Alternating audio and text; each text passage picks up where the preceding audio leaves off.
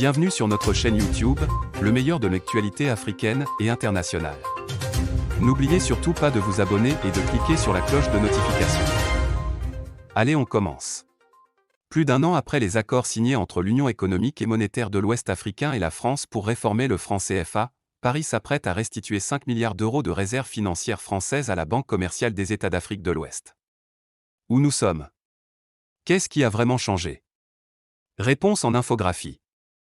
Après des mois de consultations discrètes, le président ivoirien Alassane Ouattara et son homologue français Emmanuel Macron ont créé la surprise en annonçant une réforme globale du franc CFA le 21 décembre 2019 à Abidjan, commune aux 8 États membres de l'Union.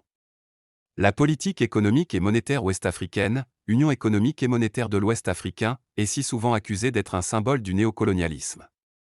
Ces accords prévoyaient la suppression du compte commercial controversé, qui nécessitait la centralisation de la moitié des réserves de change à la Banque de France et l'adoption d'un nouveau nom pour la monnaie, ECO. Si l'annonce du retour d'une partie des réserves de change à la Banque centrale des États de l'Afrique de l'Ouest, Banque commerciale des États d'Afrique de l'Ouest, le 5 mai 2021 représente un progrès concret dans la mise en œuvre des accords, c'est la manière d'abolir la polémique. Franconie semble être long. Jeune Afrique fait le point sur les infographies. Fin d'un symbole colonial. Taxe coloniale, instrument du colonialisme monétaire, monnaie de servitude. Le franc CFA fait l'objet de nombreuses polémiques depuis des décennies. Cependant, ce n'est qu'en 2019 que les premiers signes concrets d'une réforme de cet ancien franc des colonies françaises en Afrique sont apparus. Bras de fer avec la Communauté économique des États indépendants de l'Afrique de l'Ouest.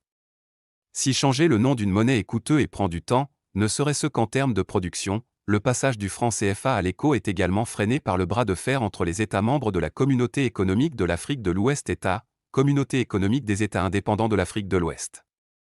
Depuis 1983, l'organisation régionale à laquelle appartient l'Union économique et monétaire de l'Ouest africain a en effet pensé à créer une union monétaire dans laquelle les 15 pays se rejoignent.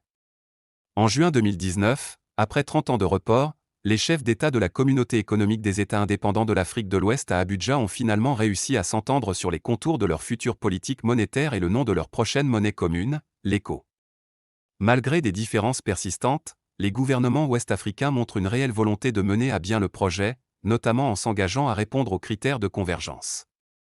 Lorsqu'Ivoirien Alassane Ouattara a annoncé en décembre de la même année, avec le président français Emmanuel Macron, qu'il avait décidé de renommer le franc CFA ECO, cela a suscité la colère de Muhammadu Buhari, son homologue nigérian.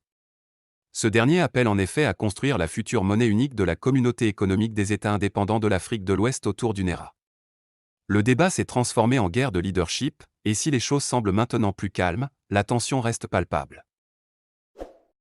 La suite dans un instant, mais avant abonne-toi et clique sur la cloche de notification pour ne plus rien manquer de notre actualité. C'est fait? Allez, on continue. Ni l'Union économique et monétaire de l'Ouest africain ni la Communauté économique des États indépendants de l'Afrique de l'Ouest ne verront le jour tant qu'un accord n'aura pas été trouvé. Si vous avez aimé, n'hésitez pas à partager la vidéo à vos proches et de laisser un avis en commentaire. À très bientôt.